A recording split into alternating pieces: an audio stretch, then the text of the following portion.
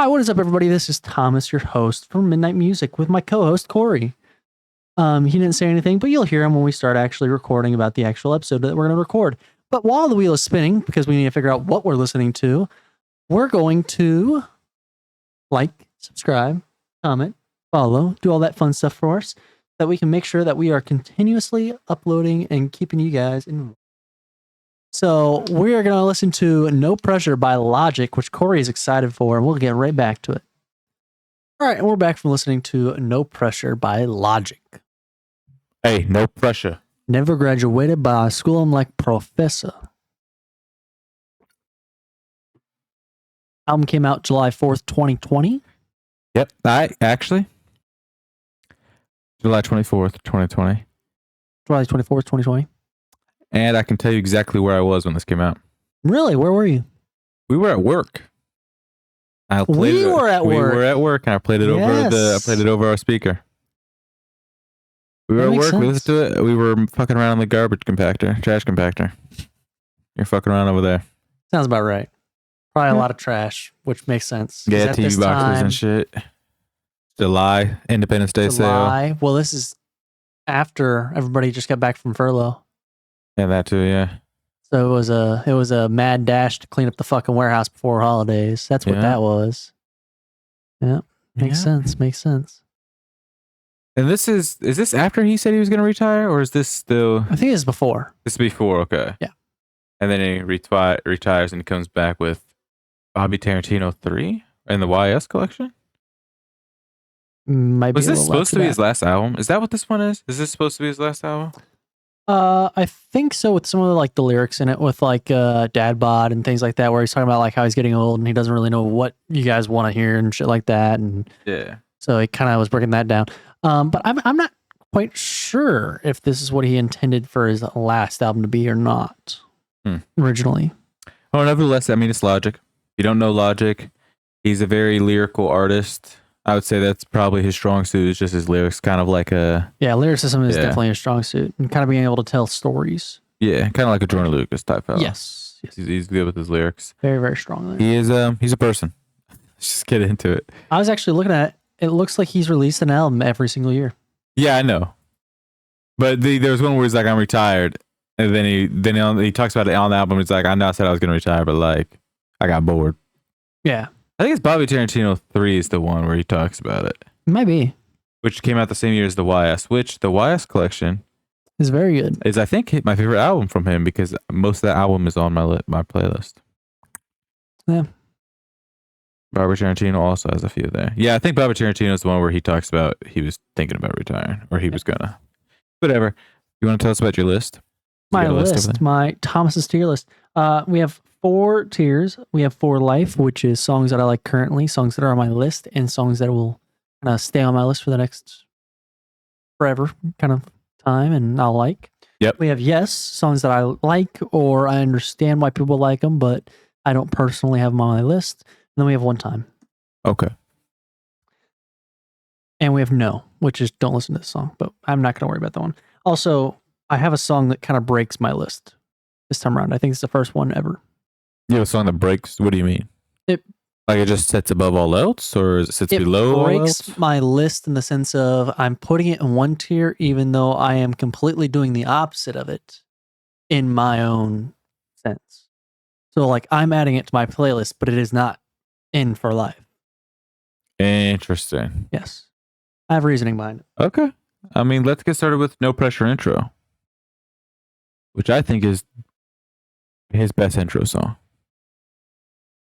It is actually definitely up there. I don't know necessarily. It is definitely his best intro song. He's got a lot of good intro. So it's just classic. It's got a nice feel to it. It's a very classic Logic sound. I mean, it's awesome. It's a great song. And for intros, I mean, lots of people shy away from intros. Lots of people don't like intros. They don't like that it's got an intro in the title. They're just not a fan. But I mean, when that one plays, you listen. It's just good. Ain't no pressure. Never graduated, but I school him like professor. Exactly. It's just classic. Just a simple bar. Simple, nice bar. Yeah. With that being said, I am putting that in For Life. Yeah. I've heard it before. It's on my playlist, and when it comes up, I'm jamming. Oh yeah, I'm jamming. it's on my playlist too. It remains. For the rest of this album though, that's my high point. That is my high point for this album. Just letting everybody know what they're going into. That's the high point. That's where this album peaks for me, which is really sad, but that's just what it is. We can move on to Hit My Line.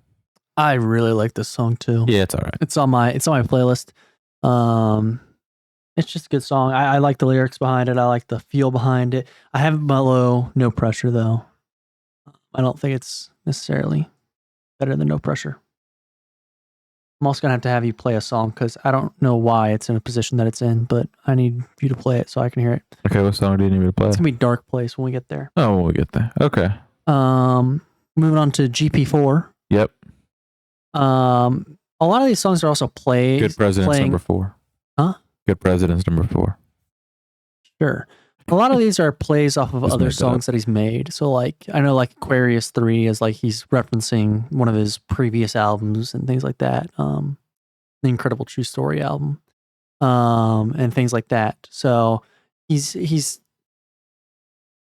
some of the song names are silly and songs themselves are silly. Cough cough A to Z, which we'll get to later. But they're okay. So but GP4, I have in yes. I understand why people like it. I don't necessarily have it on my playlist, but I understand it. Yep. This one is just whatever.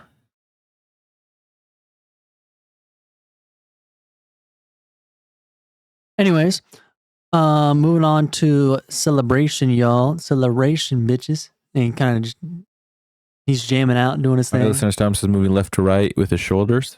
Celebration, y'all. I don't know. I really like the song.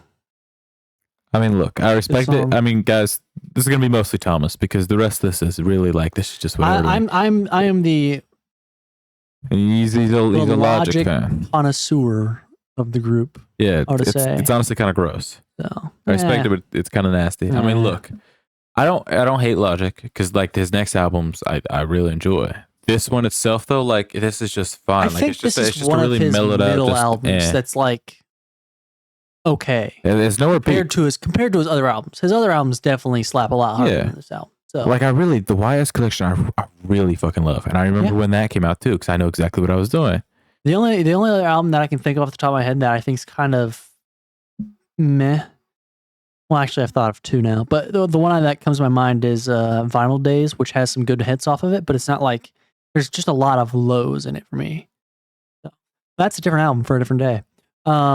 Anyways, we have Celebration, which I have in yes, it is above GP4 because I really I just jam out to that song when it comes on. I don't search for it though. I'm not like, oh, I need to listen to Celebration. Yeah. So. I mean, the only song, what else would you search for on here? There's a couple. Oh, okay. We then move to Open Mic Aquarius 3. Yep. / Aquarius 3. / Aquarius 3. This is another song that I actually really, really like off the album. Kind of good intro in the sense of like it's breaking it up a little bit instead of just jumping straight to song. Yep. Once again, he's a lyricist, so his lyrics are good stuff. So I have it in also For Life. It is below Hit My Line and No Pressure though. So at the bottom of the list currently. Yep. We then have Soul Food 2, which is the best song that I have in Yes. I know that I kind of tricked you up on that last week. The best song in Yes. Yeah, it didn't make it to For Life. Okay. It just sits right at the top of Yes. At the very top. Yeah, Soul Food 2. Which, once again, I see the appeal of it, and I see why people like it. I personally just don't search for that song a lot. Like Open Mic Aquarius 3, I've searched for before. Yep. And so I've also searched for this next song, which is actually, I think, the best song off the album for me. Just because it's fast-paced, it's hyper, good stuff. It's perfect. Yeah. I don't necessarily... It's the most played one on this album, isn't it? It also is that, yeah. 142 million plays. So yeah, that's pretty low. And it's short too. It's only a minute 40. So it's... Would you say quick. The perfect length? For the song, yes. For all songs, no. For this song, yes, because he is rattling off things. And so he's in a very fast pace. So if you have this fast pace go on for a very long period of time, people are like, well, just bro's yapping. Just shut bro up, right? You know with that. But you know what I mean? Like this is I think is fast paced enough. It has really good lyrics. It's not so fast that you can't understand it, but it's good enough to where you're just like, this is solid. I really do enjoy this. So yeah. Perfect is in the top of For Life. And stays there. Not necessarily perfect, but it's pretty damn close. We then move on to Man I Is. Man I Is. Man Who I Was. I also really enjoy the song. And I have in For Life. Below Aquarius Mike. Or Open Mic Aquarius 3. My bad. But I really enjoy the song. It's also on my playlist. Just good stuff. Real good stuff. So we then move on to Dad Bod, which for Logic, it's a little bit sillier of a song because he's kind of talked about his life currently and how, you know, he used to rap a lot about, you know, where he grew up and how that was and stuff like that. And so he's kind of trying to find his way into what we want to hear now, right? Yep. Because he's like, I don't really want to constantly keep rapping about my old life. I want to rap about, you know, what I want to rap about. So he's trying to figure that out for himself. So he kind of comes up with this funny rhyme of funny rap where he's talking about him being a dad and, you know, going to the grocery store, picking up stuff, being stopped by fans, and then going home and feeding his child. It's pretty simple rap, but it's good. It's got some good, solid lyrics in it. So for that, I do have it in For Life because I have looked out for this song too, and it is in the bottom of For Life. We then move on to 5 Hooks, which is okay. I know what he's going for here. It's good. I just don't like it enough for it to be like above Celebration, which I have it below. And same thing with Soul Food. Soul Food's better than 5 Hooks for me. Yep. So yeah. Then moving on to Dark Place. Can you play this one for me real quick? I sure can. While I talk about. I'm going to DJ. I'll also say that my favorite Logic album, or at least the one that I've listened to the most, is probably The Incredible True Story. Yeah, that's a big one for him. It's one of his first one. It's the second album he ever made, and it's just amazing. So like when he came out with his most recent album being Ultra 85, which is kind of the prequel, or not the prequel, what is that called? The next version, the next thing. I was really excited for it. I've listened to it a couple times. I'm like, that's really cool because he's branching back to this thing. He's also branching back to a couple other albums, but he's mostly branching back to The Incredible True Story. You can pause this. Okay. So I don't know why I put it where I put it in my left list, but I'll put it somewhere else in my right list. I'm going to put it below 5 Hooks, and yes. So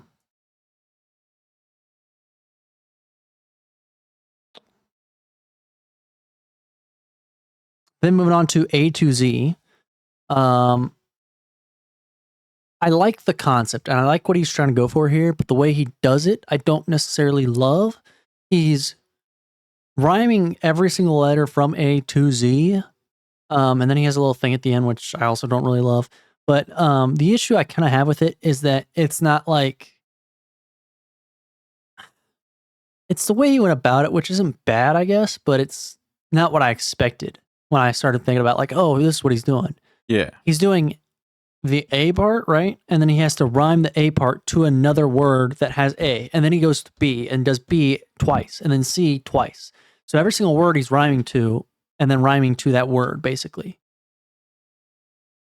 So like if he rhymed call, yeah, right? If call was his C word, then his thing he might rhyme to is ball, right? It's not necessarily another C, but what it is it rhymes. And then he'd jump to dog Yeah. and bog, and then he jump around, right? But I think it's a fun practice. I don't think it's a fun the way to worst. do it.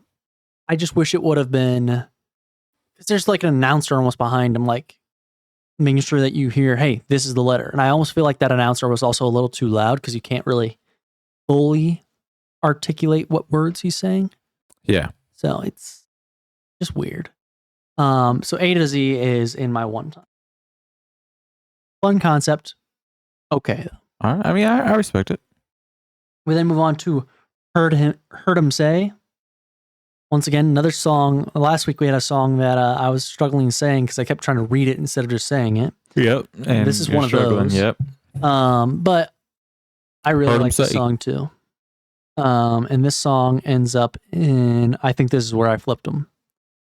Yeah, Heard Him Say is going to end up in For Life. I'm going to put it below Perfect and above No Pressure. I really like Heard Him Say.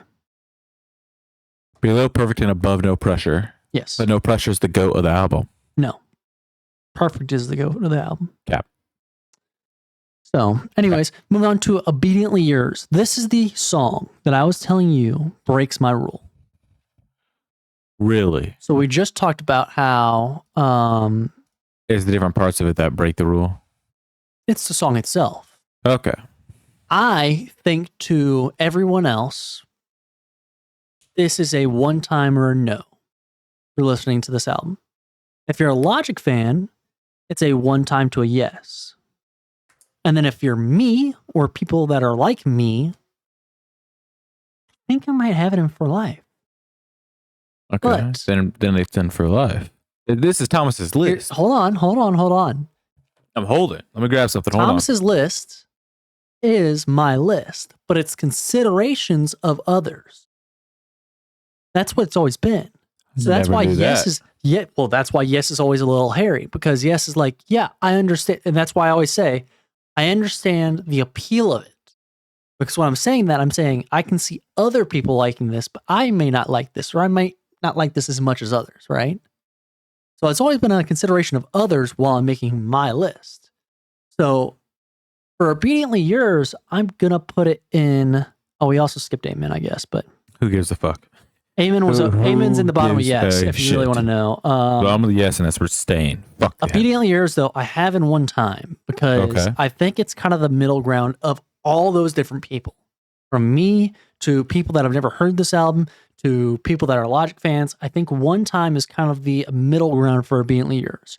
The reason why I like Obediently Yours, I think I actually found more about Logic when I kind of listened to Obediently Yours, which, by the way, I think this is his only song. No, Hit My Line is his other song that is a non-explicit song. Thought it might have been the only song. But Obediently Yours, a lot of it is what I believe Earl Nightingale talking in the background. Who Earl Nightingale, if you don't know, is a motivational speaker from like the 50s. He's way back. He's inspired the motivational speakers of like the 80s that inspired the motivational speakers of today. So like he inspired like modern day Les Brown. I know Les talks about him a little bit. So like if you know those things, it's those jumps between those. If you're into motivational speakers, Thomas is the person for you, because everything you just said to me went over my head, right? Correct. I am a big motivational speaker guy. I like listening to that shit. I also like listening to like philosopher shit, where like they start talking about like philosopher quotes and shit like that, like Seneca and like that kind of shit. That's my shit. So if you're into motivational stuff, I think Obediently Yours ranks a little higher on this tier list. If you're not, I think it ranks a little lower. So that's why it's in one time. Is it a song? Would you classify this as a song? It is, because it's got a beat behind it too. Okay. Which is the issue, right? Because if it didn't have a beat behind it, then it wouldn't be a song. It would just be a man talking. It'd just be a motivational speak. It'd be a speech, right? Yeah. So because there's music behind it, I don't know. I still miss the Logic flavor. What does he bring to the song? That's the issue I have with it too. Okay. So because I'm like, this is 95% of this song that I can remember is the speech. Yeah. Earl Nightingale. It's not Logic. So it's it's the one thing out of all the albums we've done that has kind of broken me. Because I'm like, I really like the song. I have it on my playlist now. But I don't think I can recommend it for everyone because it's not something that everyone's going to like. It's, as you were saying, if you take away the music behind it, it's basically a motivational speech. Yeah, it's just that's motivational it. speech. So, I don't know. You know what I do know, though? That we need to do our rating first. Yeah. See, you almost fucked up there. I got myself. You almost fucked up there. I do also want to mention that there's a Logic album you haven't heard before. A Logic album that I haven't heard before? Yes. Try me. Interplanetary Destruction. I'm pretty confident I've heard that. You haven't heard that. How do you know I've not heard that? I've told you about it before and you've never listened to it. That's just not true. It's also not under it's not under Logic. It's his album. He's the one that does it, but it's not his name. Yeah, Interplanetary Destruction by Doc D. But it's Logic. That's Logic's rap name. Even though his rap name is Logic. That's another one of his things.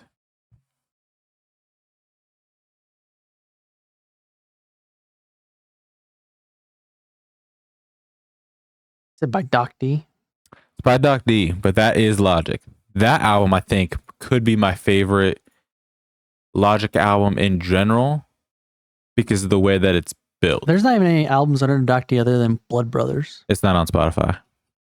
Oh. Yeah, and that's the problem, is it's not on Spotify. Yeah. This one is only on SoundCloud, but it is him. And it's really good. Like, it's really good. It's really solid. It's got a fun story behind it. And the only issue is that it's not on Spotify. Yeah, it makes it hard. It's got a lot of samples and other shit like that in it. Like, it's very homemade. Like, you can feel it, but it is still very good. But it is him. Yeah. He's got a hell of a discography, to be honest with you. I mean, he started in what? His first album on Spotify is Under Pressure from 2014, which we just listened to. There's a deluxe. No, we listened to No Pressure. Under Pressure is the first one. He started in 2014? Yes. 2015, The Incredible True Story. 2016, Barbie Tarantino. 2017, Everybody, which is a fucking good album. 2018, Bobby Tarantino 2. 2018 again. He dropped 2 albums actually on 2018. Yeah, I thought he'd been around for a minute. YSIV. Then he dropped 2019 Supermarket Soundtrack, which I don't think that's much of an album. But then you have Confessions of a Dangerous Mind, which is also 2019. What the fuck is Supermarket Soundtrack? Is that for the show Supermarket? It might be. Is that a TV show? But there's explicit stuff in it, so I don't think it is. I don't fucking know. It might just be an album that he named that. I think it might be. Because he's kind of that kind of person. Yeah. Then you have No Pressure, that's 2020. You have YS Collection Volume 1, 2021. Then you have 2021 golden. Bobby Tarantino 3. Then you have This is a banger. Vinyl Days 2022. I skipped it. College Park 2023. Skipped it. Which is fine. And then you have Ultra 85 2024. Unbelievably mid. I disagree. That's crazy. So. And Interplanetary Destruction was somewhere in between those. Probably 2021-ish. Maybe 2022-ish. Stop touching her. No. We're going to move into ratings because I don't think we did that. No, we did not. I'm going to give it this. Oh, you want to go first? Time. Okay. Go ahead. Ready? 3, 2. 8. Okay, hold on. I feel like I have to come up because that was crazy. That's crazy. I didn't give it too high. I felt like I wasn't. A 3. I'll give it a 3. I was trying to stay unbiased. Biased for who? Because I like the artist, right? Okay. Well, I mean, if you like the album, you can rank it as high as you want. I don't. I like the one song on. The rest of it is just meh. Like, as the album itself, it's fine, but I feel like knowing his highs, it's nowhere near those. Yeah. And this is what I would say is a low. And for a low for him is a 3. And I think he can live with that. Yeah, I'll give it an 8, which gives us a Midnight Critic score of 5.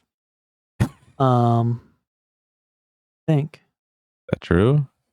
It's only 5.5. 3 down. It's 5 something. On, I'll calc it out. Well, Thomas is doing calc. You know what you guys should be doing right now? Subscribing, liking, following, 5.5, commenting. baby. Turn on the notification bell. Second try, got it. 5.5 album from the Midnight Critics. And you know what? I'm proud of him. Releasing an album consistently like every year It's tough. is fucking good for him. Some years he's releasing 2. Yeah. So good for him, which for is keeping very it up fucking like impressive. That. Yeah. So, which might be why he said he was retiring, because he felt burnt out, and then he didn't try to work on music at all, and then he's like, dude, I'm fucking bored, and came back. So, you know, but good on him, man. I mean, he did what he did. Yeah, that's the end of the episode. We did it.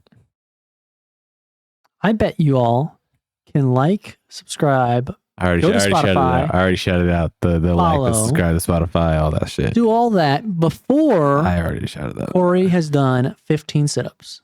15 sit-ups. They're not even incline Crazy. ones. Like I said, I'll count them out while Corey's doing them. That way you guys know where he's at. So you guys got ready, set, go. All right, hold on.